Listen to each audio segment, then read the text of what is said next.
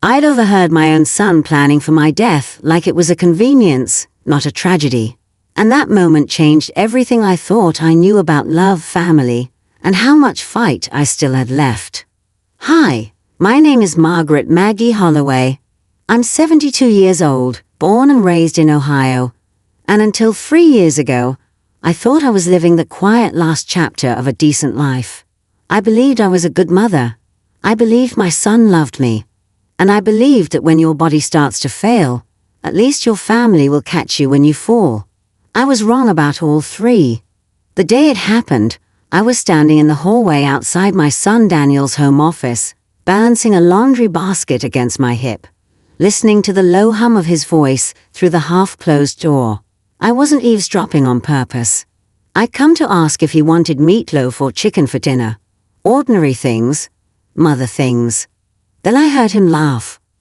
Not a nervous laugh, not an uncomfortable one. A light, casual chuckle, the kind you use when you're talking about traffic or the weather.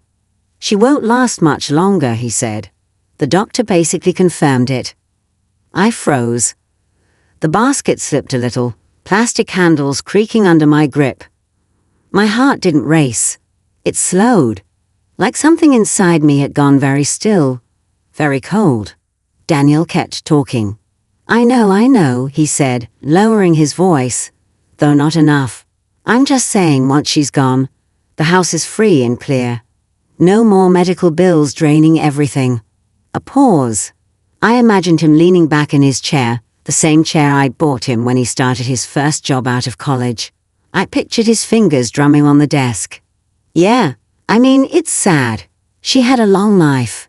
I stood there, 72 years old, very much alive, holding laundry that still smelled like my soap, and realized my son was already rehearsing a world without me in it. My knees threatened to give out. I pressed my shoulder against the wall to steady myself. The hallway smelled faintly of lemon cleaner, and the coffee he'd made that morning. Everything looked the same. Nothing felt the same. I don't remember walking back to my room. I remember sitting on the edge of the bed and staring at my hands. They looked older than they had that morning. Thinner, more fragile, like they belonged to someone already half gone. The doctor had said I was sick, not dying, not yet. Congestive heart failure, managed with medication and lifestyle changes.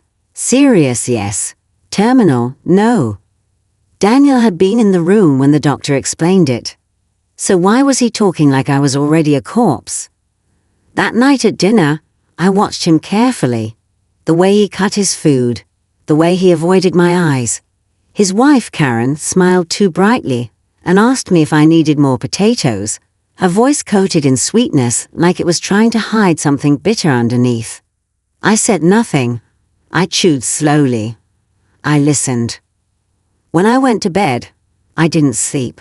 I lay there, staring at the ceiling fan, listening to the house creak and settle, and replaying his words over and over. She won't last much longer. I thought of every sacrifice I'd made for that boy. The extra shifts at the diner after his father died. The scholarships I filled out by hand. The nights I stayed up waiting for him to come home, pretending not to worry. I thought of the way he'd hugged me when he asked me to move in temporarily after my diagnosis. How he'd said, "We'll take care of you, Mom. You won't be alone." The next morning, I started paying attention.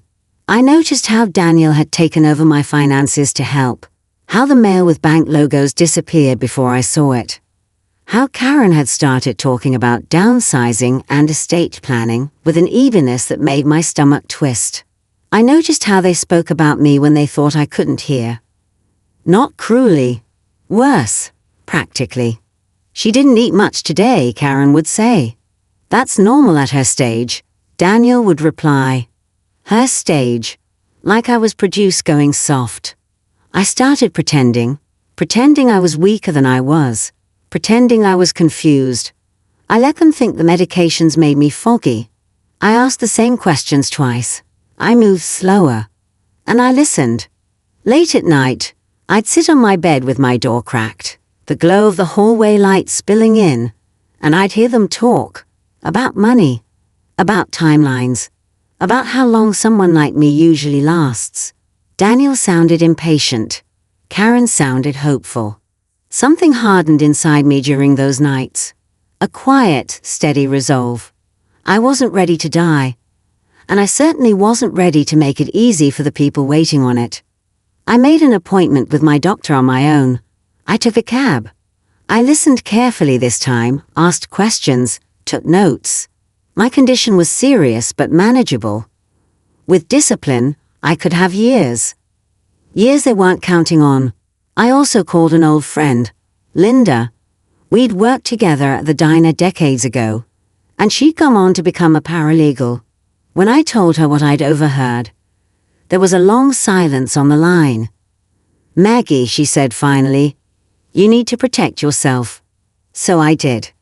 I opened a new bank account. I changed beneficiaries. I updated my will quietly, legally, thoroughly. I documented everything. Dates, conversations, changes in behavior. I learned how to smile and nod while building a safety net they couldn't see. The tension in the house grew, subtle but constant, like a wire pulled too tight. Karen's smile started slipping. Daniel's patience wore thin when I didn't decline the way he expected. "You seem better," he said one afternoon, watching me carry groceries inside without help. "I've been feeling stronger," I replied, meeting his eyes for the first time in days.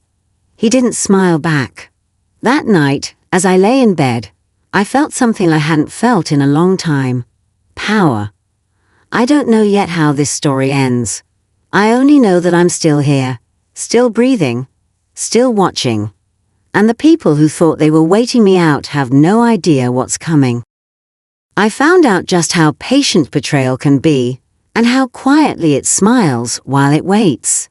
I'm Maggie Holloway, 72 years old, still breathing, still counting, and still living under the same roof as the people who thought time would do their dirty work for them. After that first realization, that my son was already measuring my life in weeks instead of years, I didn't confront him. Not then. I learned very quickly that confrontation would only teach them to hide better. Silence, on the other hand, made them careless. The house felt different once my eyes were open. Same beige walls, same family photos lining the staircase, but now every framed smile looked staged, like evidence. Daniel passed me in the hallway and gave me that tight, concerned look, eyebrows pinched together, voice slow and gentle in a way that felt rehearsed. "You feeling okay today, Mum?" I smiled back, soft, grateful, harmless. "Oh, you know me, still kicking." He chuckled, but it didn't reach his eyes. Karen started hovering more. Too much. She'd appear in doorways when I was on the phone. She'd ask what the doctor said, what pills I took, whether I felt dizzy. Her hands were always busy, straightening pillows that didn't need straightening, wiping already clean counters, like she couldn't stand still around me. One morning, I heard her whisper to Daniel in the kitchen. I was halfway down the stairs when I caught my name and stopped, my slipper hanging in the air. "She's up earlier," Karen murmured. "That's good," Daniel said. "Is it?" she replied. I stepped back, heart pounding, and went back upstairs. I sat on my bed and waited until my breathing slowed. Then I stood up, squared my shoulders, and went down like I hadn't heard a thing. At breakfast, Daniel slid my pill organizer across the table. "You forgot your morning meds yesterday." I hadn't. I'd taken them right on time, but I tilted my head and frowned, letting confusion wrinkle my face. "Did I?" I said quietly. Karen's eyes flicked to his. Something passed between them. Relief? Validation? "It's okay," she said quickly. "That's why we're here." That's when I realized something important. They needed me to seem worse. Forgetful. Fragile. Declining. My improvement didn't fit the story they were telling themselves, or each other. So I leaned into their expectations. I asked Daniel the same question twice in one afternoon. I pretended to struggle opening jars. I sighed dramatically when climbing stairs. And in return, They talked more. They forgot that I used to work doubles on my feet, that I raised a child alone, that I learned how to listen when survival depended on it. Late one night, I woke up thirsty and padded toward the kitchen. The house was dark except for a sliver of light under the office door. Voices drifted out, low and intimate. "She's burning through the savings faster than we thought," Karen said. Daniel sighed. "I know. But once it's done, it's done." "And the will. She updated it years ago. I'm the beneficiary." I pressed my hand against the wall to steady myself. "We just need to get through this part," Karen said. "I don't know how much longer I can live like this. Like this. Like I was an inconvenience." A waiting room. Daniel didn't answer right away. When he did, his voice was softer. "It won't be long." I went back to bed and pried into my pillow, silent and shaking. Not because I was afraid of dying, but because I was grieving someone who was still alive, the boy I raised, the man I thought he'd become. The next day, I called Lindell again. "They're counting on me being confused," I told her. "Then don't be," she said. "Be quiet. Be smart." She helped me find an attorney who specialized in elder law. I met him in a small office that smelled like old books and peppermint tea. He spoke directly to me. Not over me, not around me. That alone felt like oxygen. We went over everything. The house, the accounts. The power of attorney Daniel had convinced me to sign just in case. "Do you trust your son?" the attorney asked gently. I hesitated. That pause said everything. "No," I said finally. "We revoked it." Quietly. Legally. I named a professional trustee. I locked things down. I didn't tell Daniel. At home, Karen started leaving pamphlets on my nightstand. Assisted living. Hospice care. Gentle fonts and smiling gray-haired couples holding hands. "This is just information," she said when I picked one up. No pressure. I looked at the cover. A woman who looked about my age gazed out over a sunset, peaceful and fading. "I'm not ready for that," I said. Karen's smile twitched. "Of course not." Daniel grew distant, short-tempered. He sighed when I asked him to repeat himself. He checked his watch when I talked too long. One afternoon he snapped. "You need to tell us when you're not feeling well," he said, voice sharp. "I usually do," I replied. "Well, we can't help you if you don't," he said. "I didn't ask for help," I said softly. The room went quiet. Karen busied herself with the sink. Daniel stared at me like he was seeing me for the first time in months. That night, I made a decision. I stopped pretending to be confused. Not all at once, just enough. I corrected Daniel when he misstated something. I remembered dates. I carried my own groceries again. The tension snapped tight.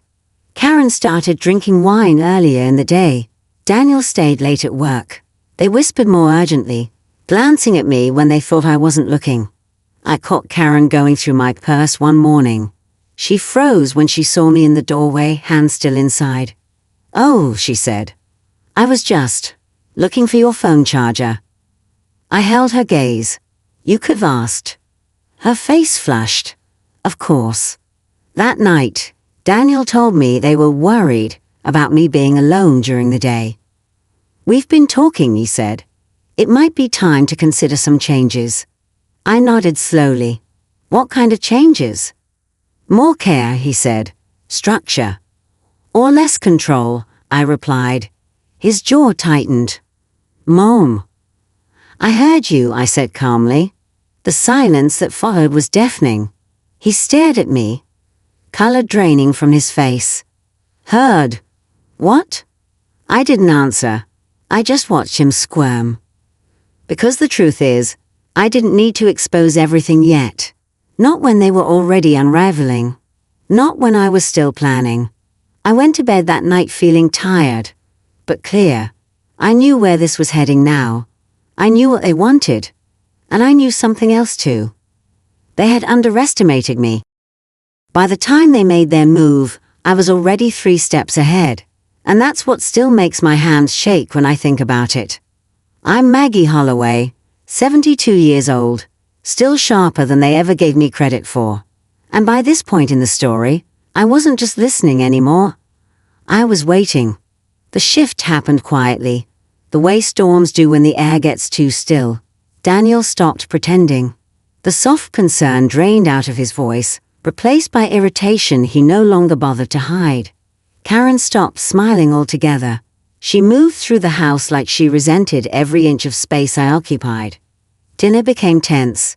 Conversations ended abruptly when I entered a room. Doors closed more often. I started eating alone, not because I wanted to, but because no one invited me anymore. It hurt. I won't pretend it didn't. There's a special kind of pain in realizing your presence is unwanted in the home of your own child. But hurt can either hollow you out or sharpen you. It sharpened me. One afternoon, Daniel came home early. I was in the living room, sunlight warming my legs, a book open on my lap. He stood there longer than necessary, watching me read. "You seem different," he said. I looked up slowly. "Different how?" "More alert," he said. "Less tired." I closed the book. "I've been taking care of myself." He nodded, but his eyes were calculating.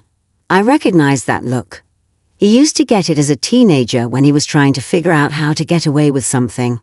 That night, I overheard them again. This time, they weren't careful. "We can't wait forever," Karen hissed. "She's stabilizing," Daniel said. "That's not what the doctor said," she replied. "You weren't there," he snapped. I pressed my ear closer to the door, heart pounding. "If she doesn't decline, this all drags on," Karen said. "The money, the house, everything." Daniel exhaled sharply. "Lower your voice." "She's not stupid," Karen said. "What if she changes the will?" "She already did that years ago," Daniel said. "Relax." I smiled in the dark. They were wrong about one crucial thing. They thought the danger was hypothetical. I knew it was real. 2 days later, Karen brought me tea. She'd never brought me tea before. It was chamomile, honey just the way I liked it.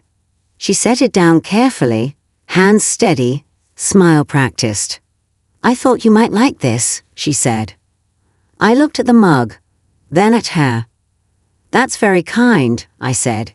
She lingered, watched me lift it, watched me take a sip.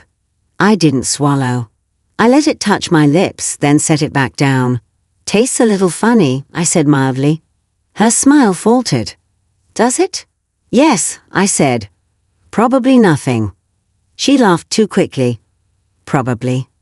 That night, when the house was asleep, I poured the tea into a clean jar and hid it in my closet. The next morning, I took it to my doctor. He didn't smile when the test results came back. "That's not a supplement," he said carefully. "And it shouldn't be mixed with your heart medication." "How dangerous?" I asked. He met my eyes. "In the wrong dosage. Very." I walked out of that office colder than I'd ever felt in my life. Because up until then, part of me still believed this was about money, about impatience, about waiting me out. But that crossed a line you don't come back from. I didn't confront Karen. I didn't scream. I didn't cry. I documented everything. Dates, times, what she said. What Daniel said when I casually mentioned the tea later, and he told me not to overthink things. I installed a small camera in my room, another facing the kitchen. Linda helped me choose them. Legal, discreet, enough. Then I waited. The second attempt came a week later. Pills left out on the counter instead of in my organizer. A mistake, Karen said. An apology that didn't reach her eyes. I didn't take them. I pretended to feel faint instead. I let myself slump into a chair. Let my hand tremble. Let fear flash across Daniel's face. Not the fear of losing me, but the fear of things moving too fast, too publicly. "We should take her to the hospital," Karen said too quickly. "No," Daniel said. "Let's wait." I watched them argue over me like I wasn't there, like I was already gone. That was the moment something inside me finally broke free. That night, I called the police. Not to accuse, not yet. I asked questions. Hypothetical ones. What constitutes elder abuse? What documentation matters? What steps protect someone in my position? Then I called my attorney. Then I called Adult Protective Services. The day they showed up, Karen dropped a glass in the sink. Daniel went pale. They were polite, professional, thorough. They asked me questions in my room alone. They listened. They didn't rush me. When they asked if I felt safe, I said the truth. No, I said. Karen cried. Loudly. Dramatically. Daniel was furious. You're confused, he told me. His voice tight. You're sick. I looked at him, really looked at him, and felt something close to peace. No, I said. I'm done. Within a week, I moved out. Not to assisted living. Not to hospice. To my own apartment. Small, sunny. Mine. The investigation didn't go away just because I did. Neither did the evidence. Daniel called. Apologized. Blamed stress. Blamed Karen. Blamed me just a little. I didn't answer. Karen didn't call at all. And the house they were waiting for, it was never theirs. By the time it ended, I finally understood something that took me 72 years to learn. Survival isn't always quiet, and forgiveness isn't always necessary. My name is Margaret Holloway, Maggie if you're being kind, and this is how the story finished. Living alone again felt strange at first. Too quiet. No footsteps overhead. No whispered conversations behind closed doors. My new apartment was small, just one bedroom, but sunlight poured in every morning like it had something to prove. I slept better there than I had in years. My heart still struggled, my body still tired easily, but my mind was clear in a way it hadn't been in a long time. Peace does that. It gives you strength you didn't know you were missing. The investigation moved slowly. That's the hardest part about truth. It rarely rushes. Adult Protective Services followed up. My doctor submitted reports. The attorney compiled documentation. Video footage. Medication records. Financial timelines. I didn't enjoy any of it. This wasn't revenge fueled by pleasure. It was justice fueled by exhaustion. Daniel showed up at my door once, unannounced. I saw him through the peephole before I opened it. He looked older. Thinner. His shoulders slumped like the weight he'd been avoiding had finally settled in. Mom, he said when I cracked the door. I didn't invite him in. I just want to talk, he said. His voice sounded like it used to when he was a kid caught in a lie. Soft, careful testing. I folded my arms. Talk. He swallowed. Karen left. I waited. She said this was all too much, that I didn't protect her. His laugh was hollow. Funny, right? I felt something stir. Not satisfaction. Not anger, just a distant sadness, like remembering a song you used to love but can't feel anymore. She's telling people you imagined everything, he continued. That you're sick and confused. I met his eyes. And what are you telling them? He looked down. That was answer enough. They're asking questions at work, he said quietly. About the house. About my finances. I nodded once. That tends to happen. He took a step closer. If you just tell them it was a misunderstanding. I closed the door. I didn't slam it. I didn't shout. I simply closed it, gently, firmly, and locked it. My hands shook afterward. I sat on the couch and let it pass. A month later, the attorney called. The house has been transferred, he said. As per your updated will. I already knew I'd sign the papers myself. The house I'd raised my son in, the one they'd been waiting to inherit, was donated to a non-profit that housed women my age who'd been abandoned, mistreated, or quietly pushed aside by their families. Daniel found out through someone else. He left a voicemail. Long, Angry, desperate, accusing me of cruelty, of betrayal. I listened to it once. Then I deleted it. Karen tried calling weeks later. I didn't answer that either. The investigation concluded quietly. No dramatic courtroom scenes. No headlines, but enough findings to leave a mark. Enough to ensure neither of them could ever say, truthfully, that nothing happened. I changed my number. I started volunteering twice a week at the community center. I made friends, real ones, who looked me in the eye when I spoke. I started painting again, my hands stiff but determined. I laughed more than I thought I would. Sometimes late at night, I still hear Daniel's voice in my head. She won't last much longer. And I smile, because I did. I outlasted his expectations, his impatience, his quiet cruelty. I learned that being old doesn't mean being finished. It doesn't mean being disposable. And it certainly doesn't mean surrendering your dignity just to keep the peace. If there's a lesson here, it's this. Pay attention to how people talk about you when they think you're fading. That's when the truth shows itself. As for me, I'm still here, still breathing, still writing my own ending.